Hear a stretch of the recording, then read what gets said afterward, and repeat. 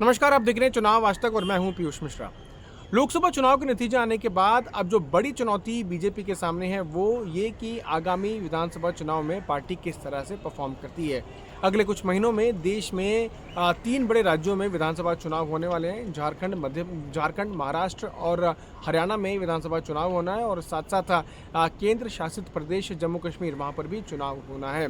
अगर हम बात करें हरियाणा की तो वहाँ पर पार्टी साफ कर चुकी है कि नैब सिंह सैनी के चेहरे पर ही पार्टी चुनाव लड़ेगी। महाराष्ट्र में अभी तक किसी तरह का कोई फैसला नहीं लिया गया है, लेकिन जहाँ तक झारखंड की बात है उसको लेकर भी पार्टी ने इस बात को लेकर पार्टी के सूत्रों ने इस बात को लेकर साफ कहा है कि पार्टी बिना किसी चेहरे के चुनाव में जाएगी। यानी जिस तरह से दिसंबर 2014 में चुनाव हुआ था और उस वक्त बीजेपी ने बिना किसी चेहरे के चुनाव लड़ा था और उसके बाद रघुवर दास को वहाँ का मुख्यमंत्री बनाया गया था, उसी रणनीति पर पार्टी इस बार भी चलेगी और बिना किसी चेहरे के वहाँ पर विधानसभा चुनाव लड़ा जाएगा। इसके 2 कारण हैं। उसके जो मुख्य कारण है वो ये कि इस बार कई बड़े ट्राइबल नेताओं को पार्टी वहाँ पर विधानसभा चुनाव लड़ाने जा रही है, चाहे वो बाबूलाल मरांडी हों, चाहे वो झारखंड से आने वाले अर्जुन मुंडा हों जो पहले केंद्रीय मंत्री थे लेकिन अपनी वो सीट हार गए, लोकसभा चुनाव वो हार गए। लेकिन अब पार्टी के सूत्रों की अगर माने तो जो बड़े नेता हैं, ट्राइबल नेता हैं, उनको पार्टी चुनाव लड़ा सकती है और उसमें अर्जुन मुंडा का नाम भी शामिल है। इसके अलावा कई और ऐसे नेता हैं जिनको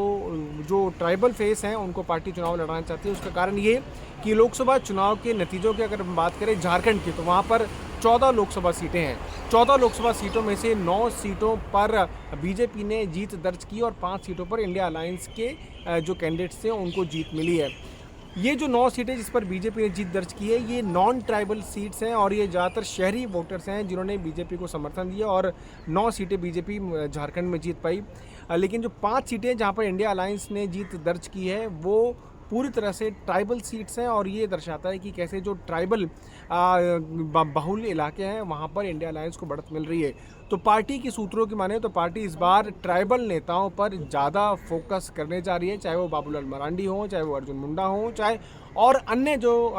ट्राइबल नेता हैं उन पर पार्टी ज़्यादा फोकस करेगी और इसीलिए बिना किसी चेहरे के एक कलेक्टिव लीडरशिप के तहत झारखंड में इस बार बीजेपी चुनाव लड़ने जा रही है। साथ ही साथ पार्टी इस बात को लेकर भी कहीं ना कहीं चिंतित है कि जिस तरह का नतीजा लोकसभा चुनाव में आया है जिसमें बीजेपी 240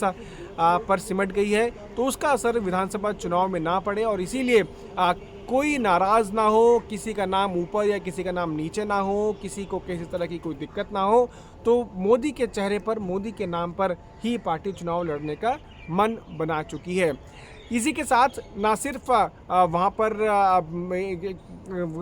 पार्टी ट्राइबल वोटर्स को लुभाने में ज़्यादा एफर्ट डालेगी बल्कि जिस तरह की छवि अब हेमंत सोरेन की वहाँ बन चुकी है जिसमें जब वो इससे पहले जेल गए थे और जेल से आने के बाद सिंपैथी जो उनके साथ है उसका घाटा भी उसका नुकसान भी जो है बीजेपी को हो सकता है। तो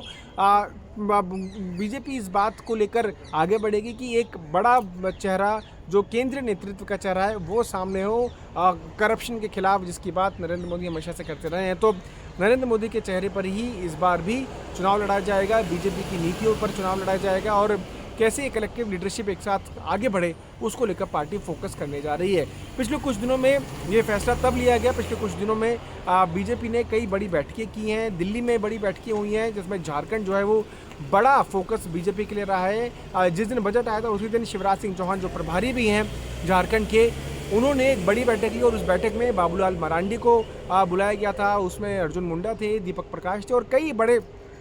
अन्य नेता जो बीजेपी के झारखंड से आते हैं वो उस बैठक में मौजूद थे। तो जिस तरह के इस वक्त पॉलिटिकल इक्वेशन सामने आ रहे हैं उसके मद्देनज़र पार्टी जो है इस बात का मन बना चुकी है कि बिना किसी चेहरे के वहाँ पर चुनाव लड़ा जाएगा और अगर नतीजे अच्छे आते हैं तो ये माना जा रहा है कि बाबूलाल मरांडी जो एक बड़े नेता हैं, पहले मुख्यमंत्री झारखंड के रहे हैं, हालांकि कुछ कारण की वजह से उन्होंने इस्तीफा दे दिया था,